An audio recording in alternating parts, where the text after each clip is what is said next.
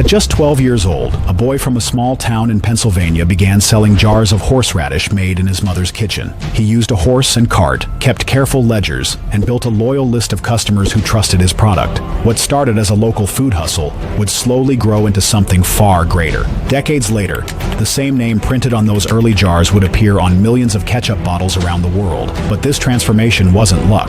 It was a series of deliberate moves, relentless work, and bold decisions that defied the norms of his time. This is the story of how a young boy turned a backyard recipe into a global empire and built one of the most powerful and recognizable brands in the history of food. The garden that raised him.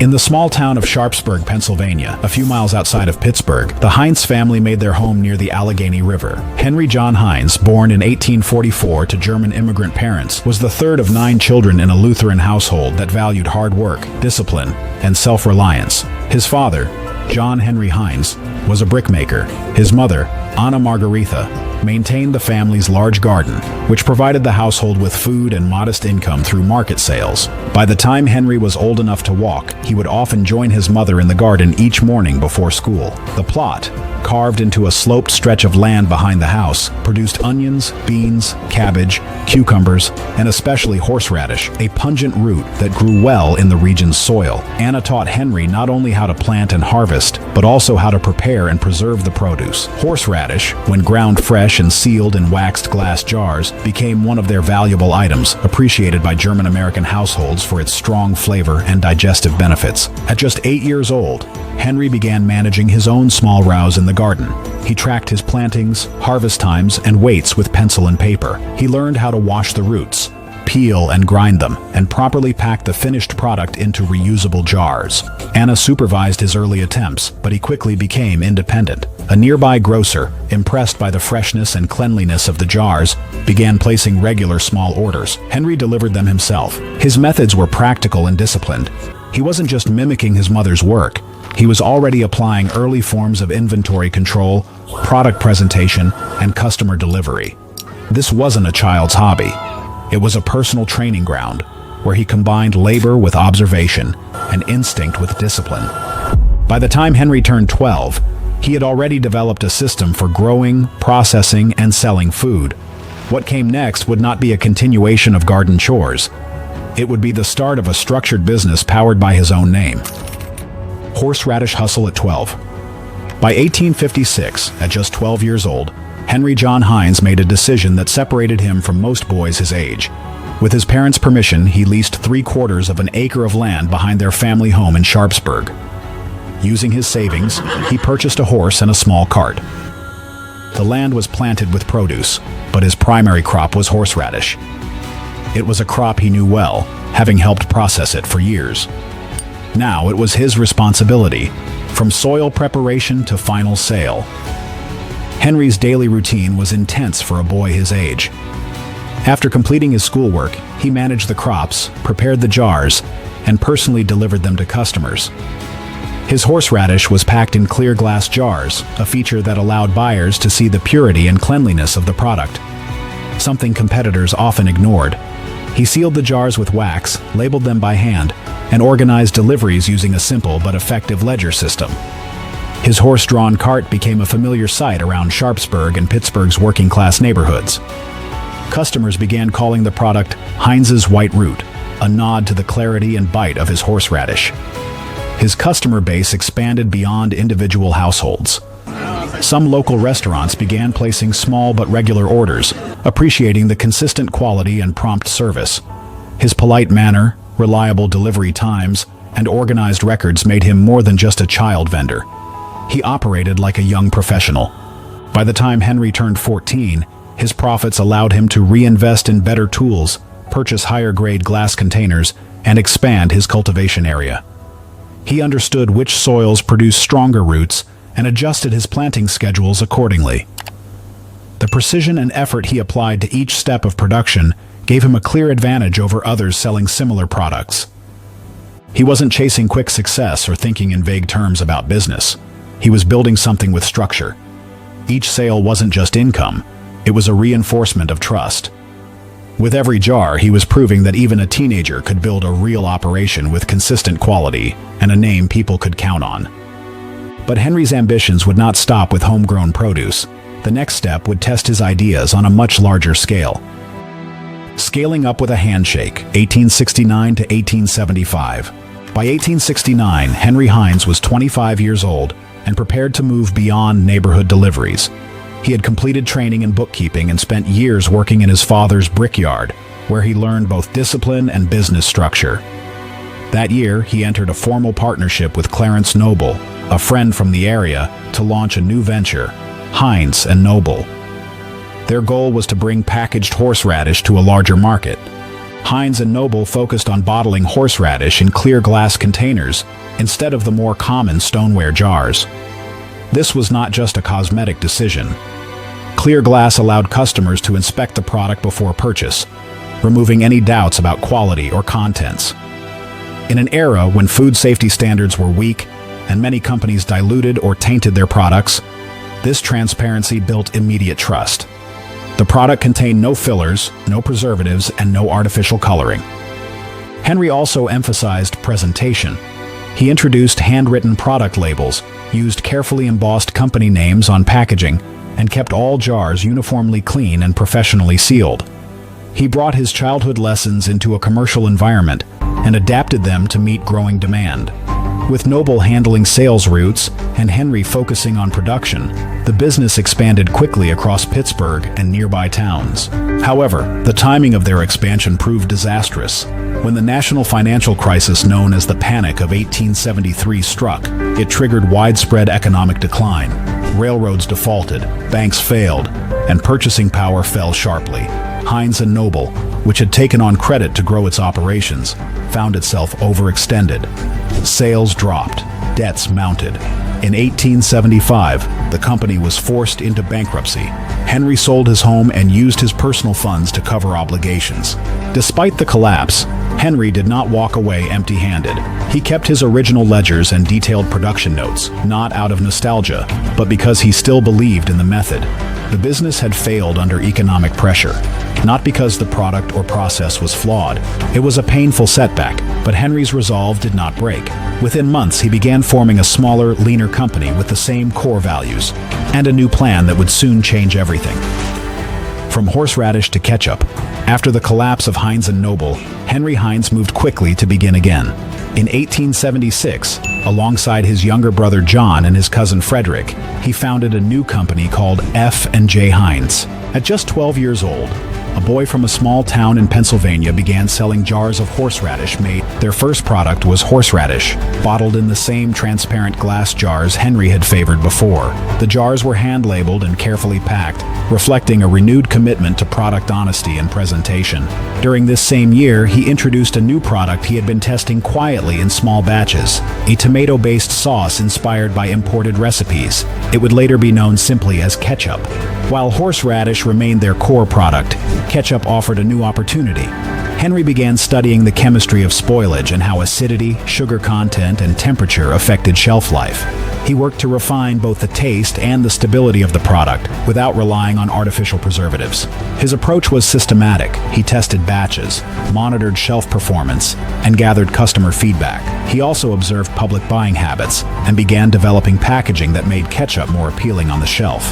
Over time, ketchup started gaining more attention than horseradish, not because of advertising, but because the taste, texture, and reliability exceeded expectations. Heinz never abandoned horseradish, but he recognized where momentum was building.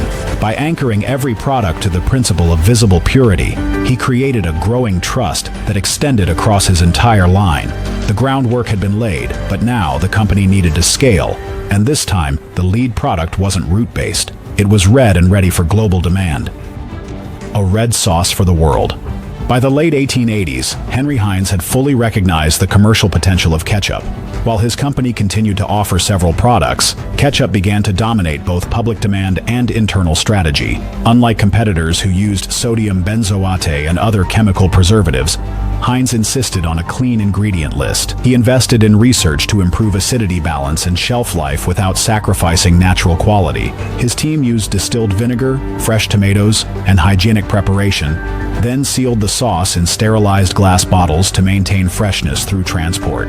This method was not only safer, but also tasted better. Consumers quickly noticed the difference. By avoiding chemical aftertastes and consistency issues, Heinz ketchup stood out on flavor alone. The company expanded production to meet growing demand, and by 1907, it was producing over 12 million bottles of ketchup every year. The product reached far beyond American homes. Heinz began exporting to the United Kingdom, South America, Australia, and Japan. It became one of the earliest examples of a mass-produced American food product gaining global popularity. To support this growth, Henry standardized his product presentation. He introduced uniquely designed bottles that were slimmer and easier to handle. The narrow-necked glass bottle controlled the pour rate and gave customers confidence that the product inside was fresh and untampered. He also worked with his team to simplify and improve label designs, making them legible, recognizable, and consistent across markets. Retailers took notice. Grocers asked for more shelf space to stock the ketchup. Restaurants, drawn by the sauce's reliability and customer familiarity, adopted it as a table staple. Heinz didn't just build a product, he built infrastructure, with refrigerated storage and precise distribution schedules to maintain quality at scale. Just as the ketchup seemed to need no additional marketing, Henry added a new twist: a single number printed across bottles and factory signage that had nothing to do with product count. The legend of 57. In 1896, while riding an elevated train in New York City, Henry Heinz noticed an advertisement for a shoe company promoting 21 styles. The number caught his attention, not because it was impressive, but because it was precise and easy to remember. It gave him an idea. Although Heinz was already selling more than 60 different food products at the time, he decided to promote the brand using a fixed number, 57. The choice was deliberate. It wasn't based on inventory. Instead, it was designed to create a lasting impression. The number 5 was his lucky number, and the number 7 was favored by his wife, Sarah. Combined, 57 had a rhythm and visual balance that felt intentional and distinct. It was short enough for signage, odd enough to be interesting, and vague enough to feel limitless. Heinz immediately began placing the number on packaging, factory signs, delivery wagons, and advertisements. It appeared on bottle labels in gold lettering, on walls in large stenciled print, and even on company letterhead. The number quickly became more than a marketing tool. It was an identifier. Customers started associating 57 with quality and reliability, even if they never knew what it represented. The press responded positively. They covered the curious nature of the number and its sudden presence across Heinz facilities. Newspapers reported on how the brand stood out because of the unusual but consistent figure. Other food companies were selling larger product ranges, but none had a number the public remembered. Heinz had turned a simple figure into a symbol of trust. Internally, the number helped unify the growing company. Workers saw it as part of the culture. Sales teams used it in their pitches. Factory visitors remembered it long after their tours. It became a quiet code that traveled with every product across cities and oceans. As Heinz continued expanding both production and reach, he needed more than numbers and slogans. He needed a factory system that reflected everything the brand promised on its label, a place that could scale without compromising trust. A factory that smelled like tomato. By the early 1900s, Henry Heinz had built more than a food company. He had created a model of how factories could operate with dignity and discipline. His main plant in Pittsburgh stood out at a time when many industrial buildings were unsafe, unclean, and overcrowded.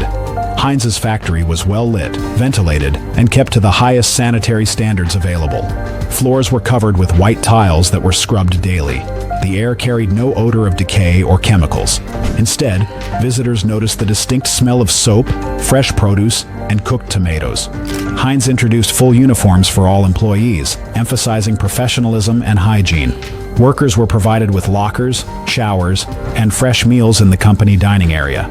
He hired hundreds of women and paid attention to fair treatment, safety, and workplace stability.